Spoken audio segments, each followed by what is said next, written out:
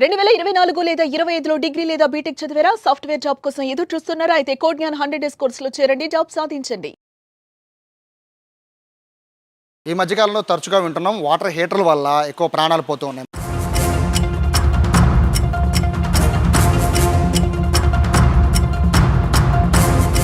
ఇప్పుడు వస్తుంది వర్షాకాలం, రాబోయేది శీతాకాలం కాబట్టి వాటర్ హీటర్ల వినియోగం అనేది చాలా ఎక్కువ ఉంటుంది. చాలామంది చెప్తున్నారు వాటర్ హీటర్లు వాడద్దు అని. కానీ మిడిల్ క్లాస్ వాళ్ళకి ఉన్న ఏకైక అంటే ఇప్పుడు స్టవ్ మీద వాటర్ పెట్టుకొని గ్యాస్ అయిపోవడం కన్నా వాటర్ హీటర్ తక్కువ 200-300లో దొరుకుతుందని వాటర్ హీటర్లు కొనేస్తున్నారు. కానీ దాన్ని ఎలా వినియోగించుకోవాలో చాలామందికి తెలియక ప్రాణాలు పోగొట్టుకుంటున్నారు. నిన్న కుప్పంలో ఒక యువకుడు కూడా అదేవిధంగా ప్రాణాలు కోల్పోయిన ఘటన జరిగింది. నిజంగా వాటర్ హీటర్ని ఎలా యూజ్ చేయాలి, యూజ్ చేయడం చాలామందికి తెలియక ప్రాణాలు కోల్పోతున్నారు. అలాగే వాటర్ హీటర్కి సంబంధించి చాలామంది ఇంటి బయట పెడుతూ ఉంటారు. ఇంటి బయట పెట్టాలా, వాష్రూమ్లో పెట్టుకోవాలా, ఈ విషయంలో చాలామంది కన్ఫ్యూజ్ అవుతుంటారు. ఈ వివరాలన్నీ తెలుసుకోవడానికి ప్రస్తుతం నేను విజయవాడ పాలిటెక్నిక్ కళాశాలకు వచ్చాను. ఈ కళాశాలకు సంబంధించిన ప్రస్తుతం ఈ ఎలక్ట్రికల్ ఇంజనీరింగ్కి సంబంధించిన డిపార్ట్మెంట్ హెచ్ఓడి ఉన్నారు. సార్ నమస్తే. సార్ యాక్చువల్గా వాటర్ హీటర్లు అనేవి మీరు బేసిక్గా మీ స్టూడెంట్స్కి మీరు చెప్తూ ఉంటారు. సో అంటే ఆల్రెడీ మీకున్న ఇప్పుడు బాబురావు గారు అనగానే మొత్తం అందరూ కూడా సార్ చాలా వివరంగా వివరిస్తూ ఉంటారండి ఇటువంటి ఎలక్ట్రికల్కి సంబంధించిన వాటి మీద అంటుంటారు. సో మీకున్న సీనియారిటీ ప్రకారం చెప్పండి సార్, వాటర్ హీటర్ని వాడడం మంచిదా కాదా? నమస్తే సార్, సుమన్ టీవీ వారికి ధన్యవాదాలు. చాలా విలువైనటువంటి కార్యక్రమాన్ని. మరి ముఖ్యంగా ఈ సీజన్లో వర్షాకాలం అనే కాదు, ఏ కాలంలో సరే వాటర్ హీటర్ వాడుతున్నప్పుడు కరెంట్ షాక్ తగిలి అనేక మంది ప్రాణాలు, అమాయకుల ప్రాణాలు బలిగొంటూ ఉన్నారు. కాబట్టి ఈ సందర్భంలో మరి వాటర్ హీటర్ గురించి కొన్ని తగు జాగ్రత్తలు తీసుకోవడం ద్వారా కొంతమంది ప్రాణాలను మనం రక్షించడం అవుతారు. కాబట్టి వాటర్ హీటర్ విషయంలో ముఖ్యంగా మరి వాటర్ హీటర్ని మనం బకెట్లో, ప్లాస్టిక్ బకెట్లో పెట్టి హీట్ చేయడం ద్వారా మనం కొంత ప్రమాదాన్ని తగ్గించవచ్చండి. అలాగే ఆ బకెట్లో హీటర్ని పెట్టేటప్పుడు హీటర్ని వాటర్లో ఇమ్మర్స్ చేసేటువంటి విధానంలో తేలిక చాలామంది ఏం చేస్తారంటే ఇక్కడ కనపడుతున్నట్టు విధంగా ఈ యొక్క హ్యాండిల్ని ఈ బకెట్కి టచ్ చేయడం ద్వారా ఏమవుతుందంటే అదిగోండి పొగలు వస్తున్నాయి, హీట్ ఎక్కి. సో ఇది బకెట్ మెల్ట్ అవుతూ ఉంటుంది. ఇక్కడ బకెట్ మెల్ట్ అయ్యి లోపల హోల్ పడి నీళ్లు ఇలా ఎడ్జ్ నుంచి బయటకు రావడం వల్ల తెలియక టచ్ చేసి షాక్ తగలవచ్చు. ఇప్పుడు మనం టెస్ట్తో చూస్తే కనుక ఈ నీళ్ళలోకి కరెంట్ ఫ్లో అవుతూ ఉంది, లైట్ ఇండికేటర్ వెళ్తూ ఉంది చూడండి. అంటే ఈ వాటర్ హీటర్, ఇమ్మర్షన్ హీటర్ వాటర్లో పెట్టినప్పుడు ఇందులోకి కరెంట్ ఫ్లో అవుతూ ఉంది, తెలియక టచ్ చేస్తే షాక్ కొడుతుంది 100%. అలాగే ఆ వాటర్ దీనిలోంచి మరి బయటకు వచ్చినప్పుడు మనకి ఇన్సులేషన్ ఏమి లేక, ఐసోలేషన్ లేకుండా వాటర్ టచ్ అయినప్పుడు మరి ఆ యొక్క వ్యక్తికి కూడా బాడీ వచ్చి షాక్ తగిలి ప్రాణాలు పోయే పరిస్థితి ఉంటుంది. ఇక్కడ చాలామంది మీరంటే బకెట్ తగిలిచేస్తారు, చాలామంది మహిళలు ఎక్కువ అట్లా చేస్తూ ఉంటారు.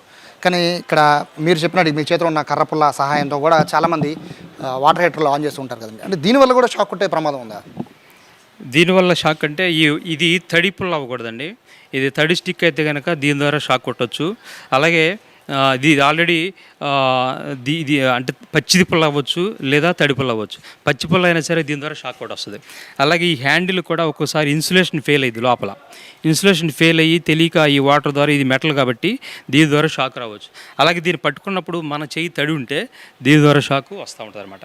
అంత మాత్రమే కాకుండా అసలు ఎప్పుడు కూడా ఎలాంటి ఎక్స్పోజర్ మనం వెళ్తున్నప్పుడు ఎలక్ట్రికల్ యూటిలైజేషన్కి సో ఇక్కడ చెప్పులు వేసుకుని, కంపల్సరీగా చెప్పులు వేసుకుని, అవసరమైతే గ్లౌజ్ వేసుకుని హ్యాండిల్ చేస్తే ప్రాణాన్ని మనం సేఫ్గా ఉంచుకోవచ్చు అండి. బేసిక్గా అంటే ఇప్పుడు సాధారణంగా గీజర్ హీటర్ కొనేదే 200-300 కోసం సార్.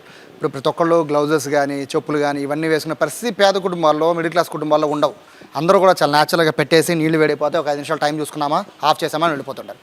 కానీ ఇక్కడ నాకు డౌట్ ఏంటంటే చాలామందికి స్విచ్ ఆన్ చేసినా ఆఫ్ చేసినా కూడా షాక్ కొట్టిన సందర్భాలు చాలా ఉన్నాయి. అది ఎంతవరకు పాసిబిలిటీ? అవును సార్, స్విచ్ ఆఫ్ చేసినా కానీ ఒక్కొక్కసారి కరెంట్ ఫ్లో అవుతూ ఉంటుంది, లీకేజ్ కరెంట్ వల్ల ఫ్లో అవుతూ ఉంటుంది, స్విచ్ ఫెయిల్యూర్ వల్ల కరెంట్ ఫ్లో అవుతూ ఉంటుంది, తెలీదు. అందుకోసమే మ్యాక్సిమం ఇది లైఫ్తో ఇష్యూ కాబట్టి వాటర్ హీటర్ పెట్టినప్పుడు టెస్టర్ ద్వారా మనం వాటర్లోకి కరెంట్ వస్తుందా, స్విచ్ ఆఫ్ చేస్తే అని చెక్ చేసుకుని మనం మన ప్రాణాన్ని రక్షించుకోవాలి.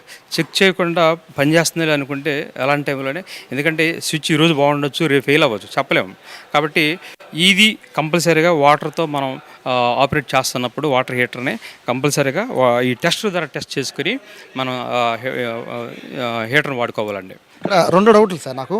ఒకటి, ఇప్పుడు మనం చూస్తున్నది ఓల్డ్ది, ఇప్పుడు మీరు మాకు చూపిస్తుంది ఓల్డ్ హీటర్.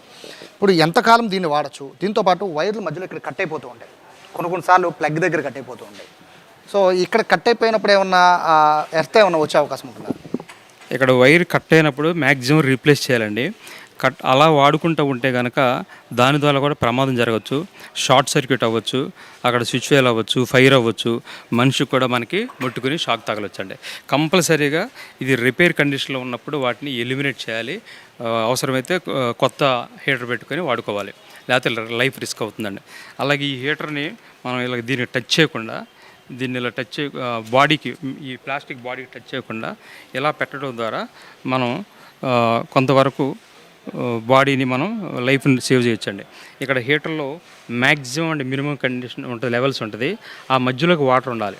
ఆ మధ్యలోకి వాటర్ లేకుండా కంప్లీట్గా మునిగిపోయినా కానీ మీ హీటర్ కొంతమంది తెలియక ఇక్కడ వరకు పెట్టేస్తారు, ఇక్కడ వరకు పెడతారు ఆ మ్యాక్సిమం లెవెల్ దాటినాక.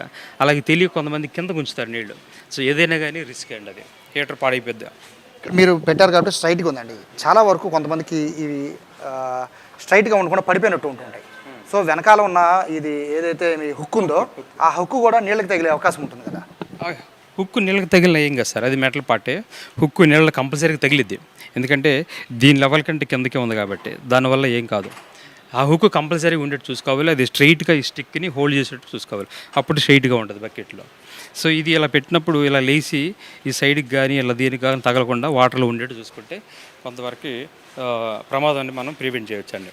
ఒకటండి, చాలామంది సాకెట్ల విషయంలో కూడా జాగ్రత్తలు చెప్తూ ఉంటారు. హై వోల్టేజ్ కరెంట్ దాంట్లో పెట్టకూడదు అంటారు, కొంతమంది పెట్టచ్చు అంటారు, కొంతమంది ఏమో ఇది మాడిపోతుంది అంటారు. సో ఇలా కూడా చాలా అపోహలు ఉన్నాయి.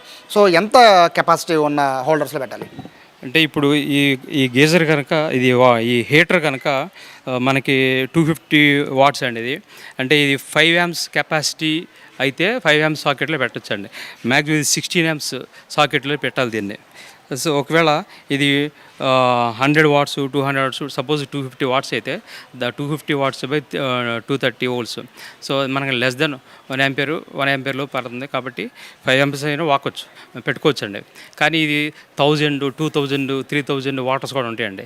అంటే 100 ml, 100 లీటర్స్, 50 లీటర్స్ ఉన్నప్పుడు హీటర్ కెపాసిటీ పెరుగుతుంది కాబట్టి కంపల్సరీగా సాకెట్ రేంజ్ 16 amps పెట్టుకోవాలండి. దాని ద్వారా ఏమవుతుందంటే ఇది బర్న్ అవ్వకుండా, లేకపోతే ఇది మెల్ట్ అయిపోతుంది. ఎందుకంటే ఇది ఎక్కువ కరెంట్ డ్రా చేస్తూ ఉంటుంది, సాకెట్ ఏమో తక్కువ కరెంట్ అది కాబట్టి హీట్ పెరిగిపోయి ఇది ఇన్సులేషన్ ఫెయిల్ అయిపోవచ్చు అండి. ఇక్కడ మరొక ముఖ్యమైన డౌట్ ఏంటంటే సార్, బాత్రూంలో హీటర్లు పెట్టచ్చా పెట్టకూడదా అని పెద్ద క్వశ్చన్ మార్క్. బాత్రూంలో గీజర్లు పెట్టచ్చు కానండి, వాటర్ హీటర్లో ఇమ్మర్షన్ హీటర్ పెట్టకూడదండి. ఎందుకంటే దాదాపు బాత్రూమ్ ఎప్పుడు కూడా మరి వెట్ కండిషన్లో ఉంటుంది, ఎక్కువ వాడతాం కాబట్టి నీళ్లు బయటకు పోకపోతే వెట్ కండిషన్లో ఉంటుంది.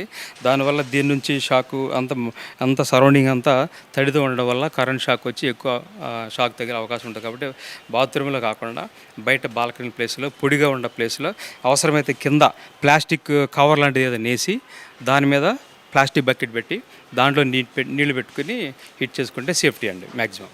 ఇదంటే ఓల్డ్ సార్, ఇప్పుడు ప్లాస్టిక్ కవర్ పెట్టాలండి కంపల్సరీగా.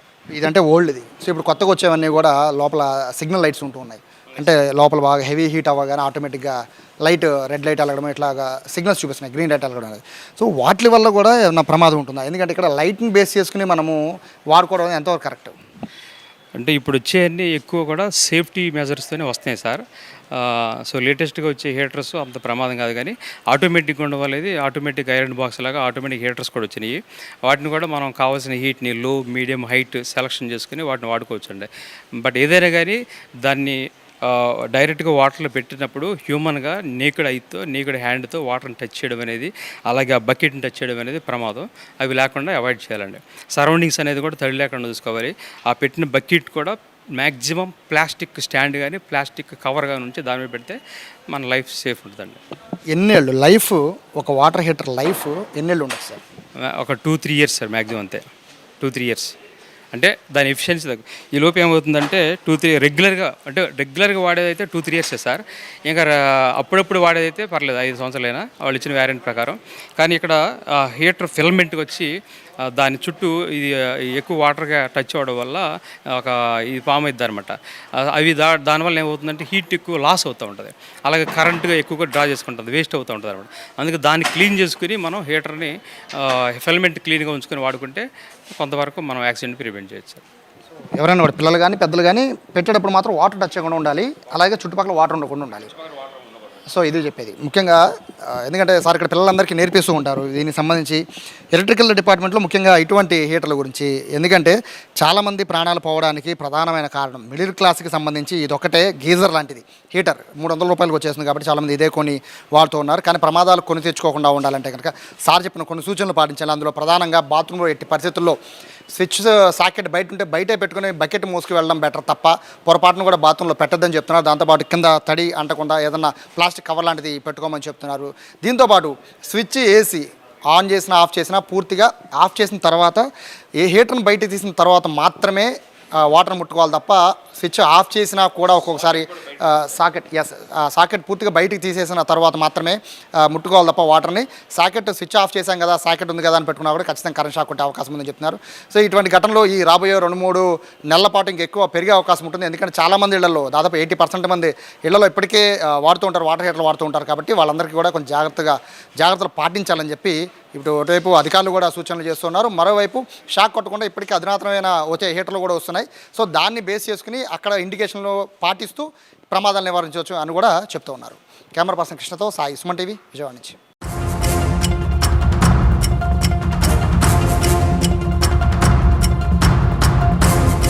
సుమన్ టీవీలో మీ పర్సనల్ అండ్ బిజినెస్ ప్రమోషన్స్ కోసం కింది నెంబర్కి కాంటాక్ట్ చేయండి.